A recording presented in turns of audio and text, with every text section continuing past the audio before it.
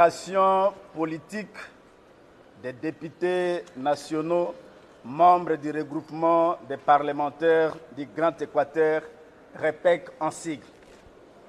Nous, députés nationaux de l'espace Grand Équateur, réunis ce mercredi 4 août 2021 au Palais du Peuple, temple de la démocratie dans notre pays, pour évaluer la situation politique de l'heure.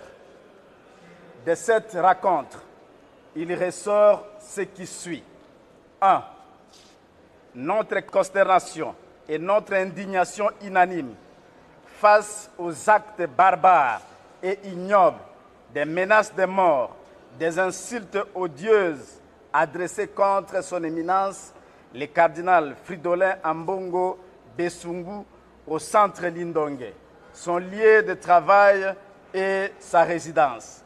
Ce dimanche 1er août, portant ainsi atteinte à son intégrité physique et à sa dignité par des personnes non autrement identifiées.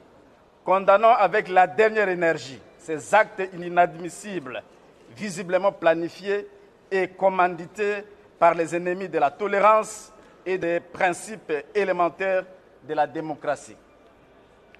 4.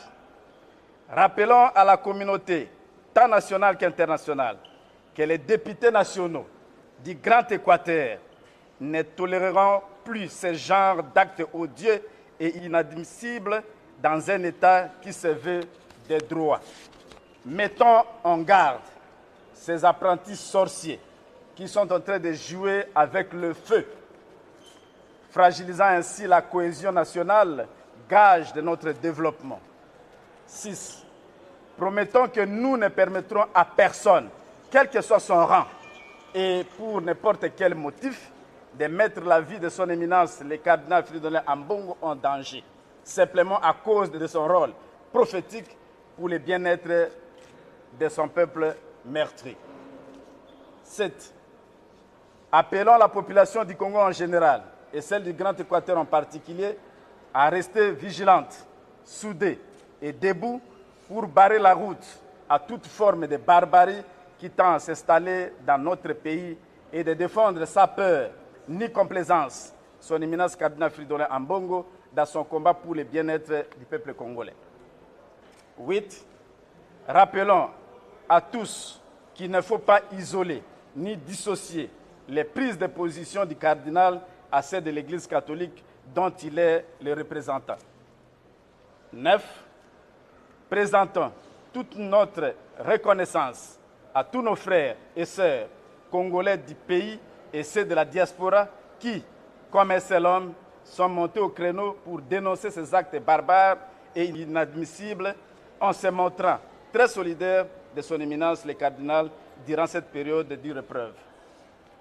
10. Enfin, rassurons son éminence le cardinal Fridolin Ambongo de notre inconditionnel soutien et nos habituelles prières qui l'accompagneront ses œuvres salvatrices.